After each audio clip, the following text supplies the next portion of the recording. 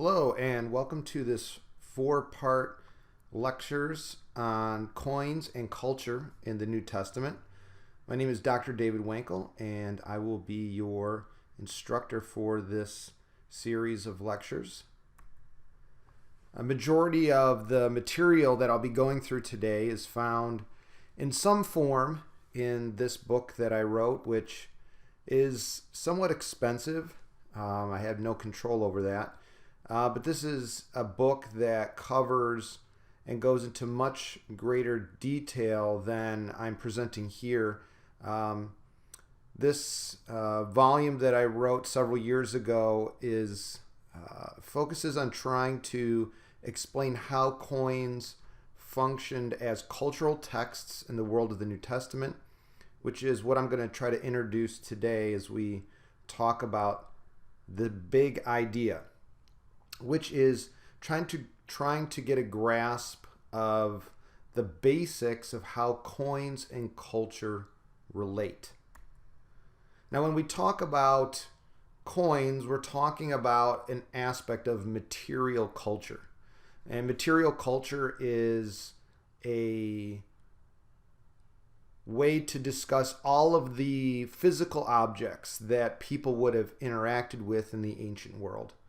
And that includes pottery, weapons, utensils, as well as coins. And now when we talk about the academic study of coins, we're talking about interdisciplinary studies. We're talking about trying to connect coins to all kinds of other aspects of knowledge. And I am not a master of all of these. Nobody is. But you can see how complex and how in-depth and how detailed the studies of coins can be, because they are part of classics, the study of ancient Rome, the study of Latin, the study of the Mediterranean world as it was in the first century. Now, you may not be familiar with the second term, numismatics. That is the academic study of coins, numismatics. Ideally, you're talking about theology in terms of how people understood both the God of the Jews, the Old Testament Yahweh, but also theology in terms of how people in the Roman world conceived of God. So there is obviously, from a Christian perspective, what are idols? So we're talking about history. We're talking about archaeology, the issues surrounding coins as they are found in the ground, why they would be found that way, how they are cared for, how they are maintained, and then, of course, biblical studies broadly in terms of the focus on the New Testament here, but also the Old Testament and related texts. Now, the goal of what I am doing here is focused on grammatical historical interpretation of the New Testament. And so what I want to encourage you to do as a student is to think about how coins can provide you with a greater depth of knowledge about the history of the first century, the history of the first authors who received the Gospels or the epistles as they received them, and how that information about coins can inform and strengthen and make your grammatical historical interpretation more accurate.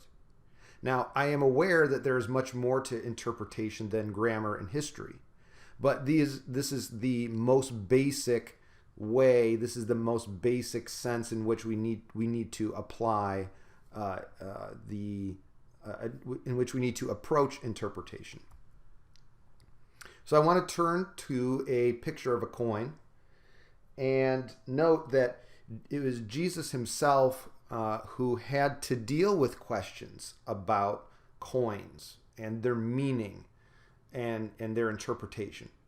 And so, as we're going to see, there are texts that explicitly deal with the importance and meaning and symbolism of what coins portrayed.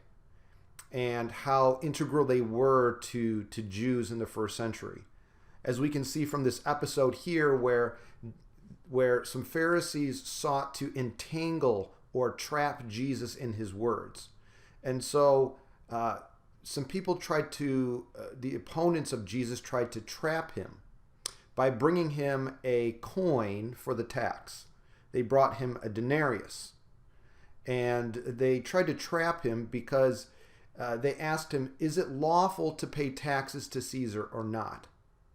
So if Jesus said, no, it's not legal to pay taxes, then Jesus would be breaking the law of Caesar. He would be anti-Rome, and they could report him to the authorities. And if Jesus said, yes, it is legal to pay taxes, then he would be breaking the law of Moses. And he would be saying that this coin, which shows an idolatrous Caesar or an image that is forbidden by the law of Moses, would be approved by Jesus, and therefore they could report him. So they tried to trap Jesus in his words so that in any way that he answered, they could report him. And so Jesus answers the question with a question. Whose likeness and inscription is this? And so Jesus says, therefore render to Caesar the things that are Caesar's, and to God the things that are God's.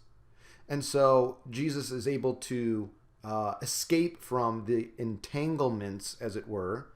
And but this episode here in the Synoptic Gospels of Matthew, Mark, and Luke really illustrates the importance of symbolism on coins and how they could be interpreted and the weightiness of them, the potential that they had to communicate.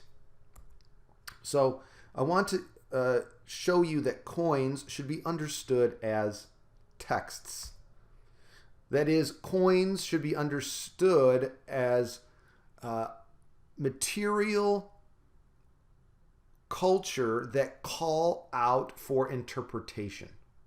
They cry out for interpretation. They speak to the one who sees them in such a way as to say, interpret me, make sense of me, look at me, and enter the world of meaning that I am projecting. So what I want to show you is that coins should be understood as an object that must be interpreted, much in the same way that we would open our Bibles and say, let's interpret this text. So what I'm trying to get at is that we need to approach them with a certain intentionality and an awareness of the approach that we need to take toward them. And to grasp this idea that coins project something. They project a world of meaning. So I kind of envision coins as being mini projectors like you would use in a school, in a classroom, where they're projecting with light something up on the wall. And so if you see coins in that way, that they're mini projectors of worlds of meaning. And we're going to develop that idea as we go through these lectures here. Now, I want to show you that when you're talking about coins and numismatics, that there are two ways, complementary ways to approach them. There's the quantitative way, where you can weigh them. You can put a coin on a scale.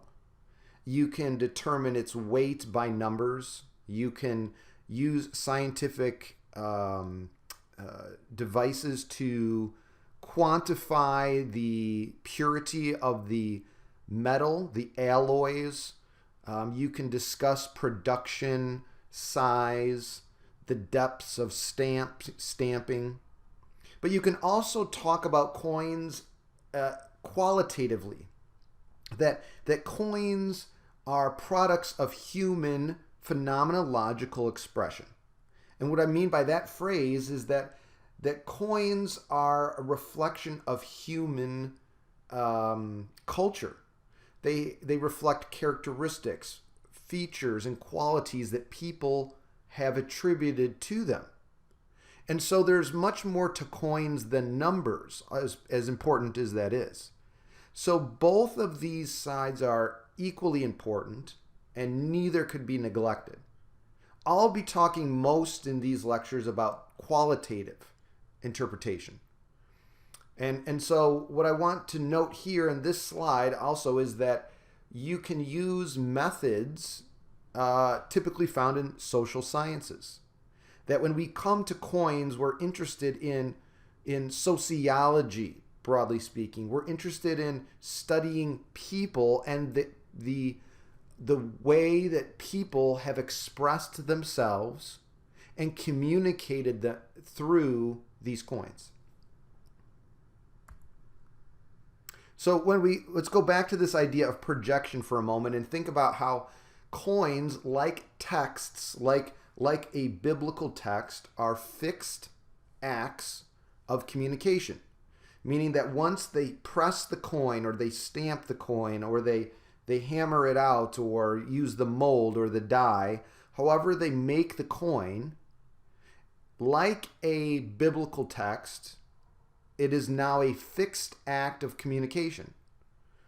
And in the sense that now there's thousands of these going and being spread out amongst people. And so based on that idea that a coin is a fixed act of communication, that is the basis for understanding it to be projecting a symbolic world of meaning. This symbolic world of meaning means that we don't want to just say, okay, here's the picture of Caesar, and then here's the inscription, and then here on the back is the image of Zeus or Diana or whatever it might be, but that these all work together to project a world that invites people to live in it or in light of it. I think this is one of the most critical points of my lecture here that I really want you to reflect on. And I'll say it again. Coins invite people to live in a world, to live in light of it. Coins invite people, coins project a world and invite people to live in it or in light of it. Coins unfold a world before people, a world in which Caesar is a god, a world in which Caesar is the benevolent, good giver of all good things, that Caesar is the one who gives peace to all, right? That is often the world view, the world that's being projected to those people who received it. And so the claims of these coins must be critically evaluated. So if a coin is claiming to show Caesar as the sole author of peace, so from a Christian perspective, we would want to compare that to the claims of Jesus, to the claims that Yahweh makes, to the idea that ultimate peace comes from Christ, you see. So we want to compare and contrast the way that coins project worlds of meaning with the way that biblical texts project worlds of meaning. So let's try to define what we're doing here. The study of coins is the art and the science of illuminating a sort of being in the world unfolded in front of it.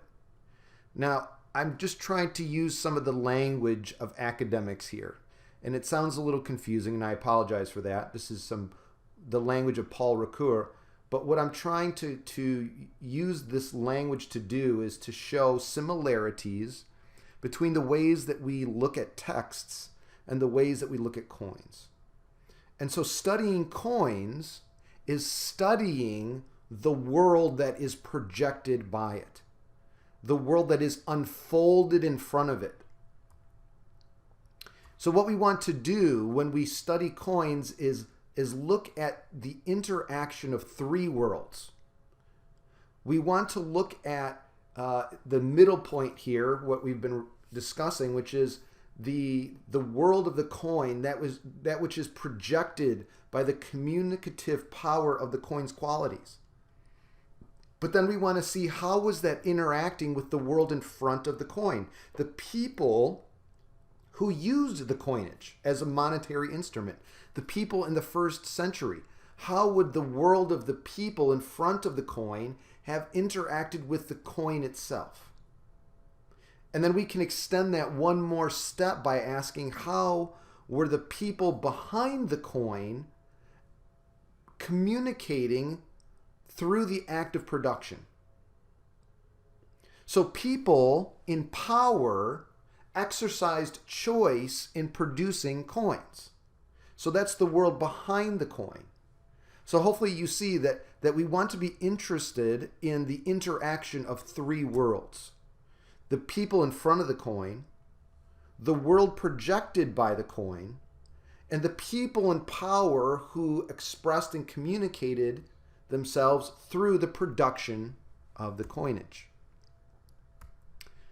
So let's look at and summarize what we've talked about here in this first lecture here. What I've argued for is this idea that coins are cultural texts that call out for interpretation.